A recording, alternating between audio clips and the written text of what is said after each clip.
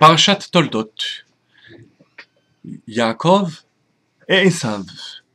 Lorsque la Torah nous décrit Esav, elle nous dit Ish Yodea Tsaïd Ish Sadeh. Un homme qui connaissait le gibier, un homme des champs. Normalement, il aurait fallu dire le contraire. Il est d'abord un homme des champs, il sort à l'extérieur, et ensuite il chasse le gibier.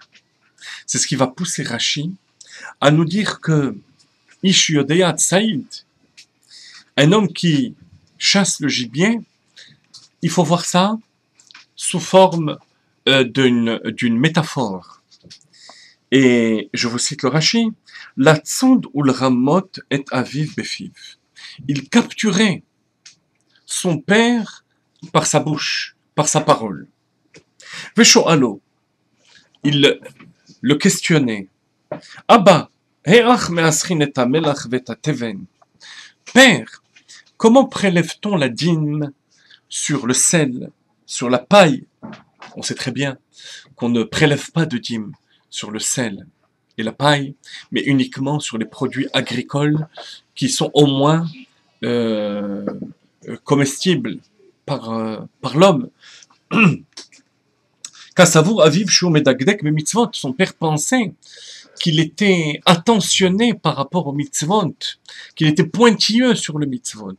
Donc il arrivait à capturer, à influencer son père par les questions qui paraissaient positives à son père, à Yitzhak. Et c'est pour ça que Yitzhak l'aimait. C'est la raison pour laquelle le pasuk dit, d'abord, Yodeya, Tsaïd, il savait tromper, capturer la confiance des gens. Et ensuite, Ishsadeh, c'est un homme qui passait son temps à l'extérieur, dans les champs. Les commentaires s'interrogent sur la naïveté de cette question. Tout le monde sait très bien qu'on ne prélève pas le maaser, la dîme, sur ces produits. Le maskil et David, Rabbi David Pardo, contemporain du Chida, insiste sur ce point. Et il nous répond que, d'après Rashi, il s'agit effectivement d'une conduite lifni mishuratadin, qu'Ésaü et que nos pères d'ailleurs, de manière générale, appliquaient au-delà de la stricte obligation de prélever de la dîme, ils prélevaient de la dîme même sur des choses pour lesquelles on n'avait pas le devoir de le faire. D'ailleurs, on retrouve cette notion chez Avram Avinu. Lorsqu'Avram rencontre Shem, qui est Kohen le El Elyon, qui est prêtre, Malki-Tzedek, qu'on appelait Malki-Tzedek, le roi de Shalem, de Yerushalayim, ce qui deviendra par la suite Yerushalayim, Vaïten lo Maaser Mikol, il lui donne la dîme Mikol, de tout.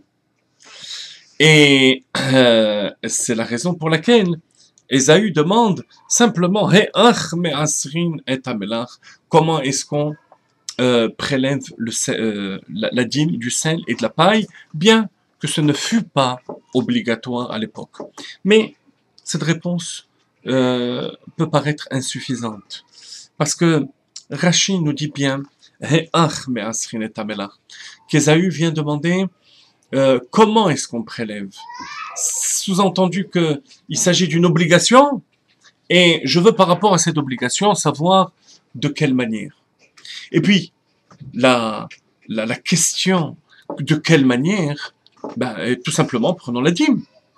Quel est le sens de cette question? Comme le Barthénora, Rabbi Ovadia de Barthénora, s'interroge dans le sens de cette question. Parce que si la question c'est est-ce qu'on a le devoir ou pas, c'est bien ce que le Maskil et David nous dit, qu'il ne s'agit pas de devoir, il s'agit de l'ifni mishuratadin, donc il s'agit de la manière. En quoi la manière est-elle importante? On prélève la dîme, le dixième de la quantité du sel, de la paille, et on le donne au Kohen, ou celui qui représentait le Kohen à l'époque, c'est-à-dire Shem. Réponse. Et vous allez comprendre, en même temps, nous allons comprendre pourquoi est-ce que ces questions se rapportaient au sel et à la paille. Qu'est-ce qu'ont de particulier le sel et la paille? Le sel et la paille ne s'utilisent que mélangés avec d'autres produits. Le sel ne se mange pas seul. On l'utilise comme épice en quelque sorte pour saler les aliments. La paille est utilisée souvent dans la construction. On mélange la paille au mortier, à la terre, à la glaise pour en faire du mortier.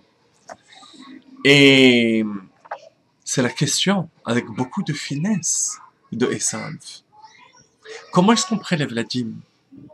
Est-ce que je prélève la dîme de la valeur du sel et de la paille, qui ne représente pas quelque chose de très cher? Ou bien le sel et la paille lorsque c'est mélangé aux autres aliments? Lorsque je prends 10 grammes de sel, ça n'a pas beaucoup de valeur. Mais lorsque je sale ma viande et qu'en tant que restaurateur, je propose mon plat, les 10 grammes de sel, ou un peu moins, sinon ça fait un peu salé, je pense, 10 grammes, ont beaucoup de valeur. De même la paille, je la trouve parfois abandonnée sur les bords des chemins, des champs. Mais lorsque je mélange cette paille avec la glaise et que ça me fait des briques, ça prend beaucoup de valeur. Alors est-ce que je paye la dîme, la valeur du sel et de la paille en tant que matière première, ou bien tel que c'est mélangé au plat ou à la glaise pour former les briques? Question très pointue de Esav à Yitzhak. Et c'est pour ça que Rachid dit Shayam et dakdek ben mitzvot.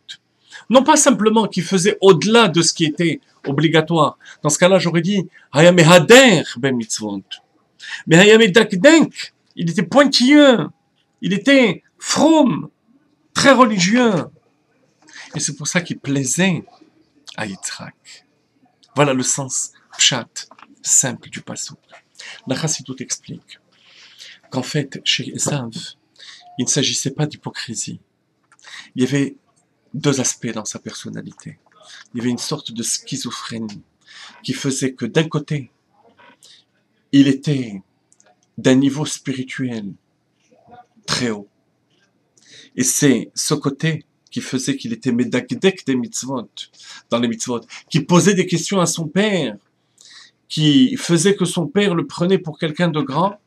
De l'autre côté, c'était Esav Aracha. Et ce côté supérieur qu'il y avait chez Esav, c'est ce que Yitzhak cherchait chez Ésaü. Il cherchait à transformer ce côté supérieur. Maintenant, vous allez comprendre pourquoi la question de Esav se rapporte à des mélanges. Parce que la transformation de Esav, la transformation du monde matériel, du mal, donc de l'aspect matérialiste du monde matériel, se fait en triant le mélange. Aetz hadat tov vara, l'arbre de la connaissance du bien et du mal qui sont mélangés. La plus grande difficulté qu'on a vis-à-vis du monde de Esav, c'est de faire le tri. Tout n'est pas mauvais. Encore faut-il faire le tri entre ce qui est simplement matériel, comme je viens de dire, et qu'on peut élever dans la Kedusha, et ce qui est matérialiste, qui devient un mode de pensée et de vivre dans le monde matériel. Ça, c'est négatif pour nous. C'est ce tri qu'il faut faire. Ce tri passe bien sûr par la Torah, par le monde de Yaakov. Et c'est par Yaakov Avinu que ce tri va pouvoir se faire entre le bien et le mal, rejeter le mal et élever le bien. De Esav, c'est ce qui se réalisera totalement lorsque Mashiach viendra. Ve'alo Moshiim behar Tzion lishpot et Esav. Juger Esav en faisant le tri et en élevant le monde de Esav, qui est la racine de Maasé, du monde de l'action.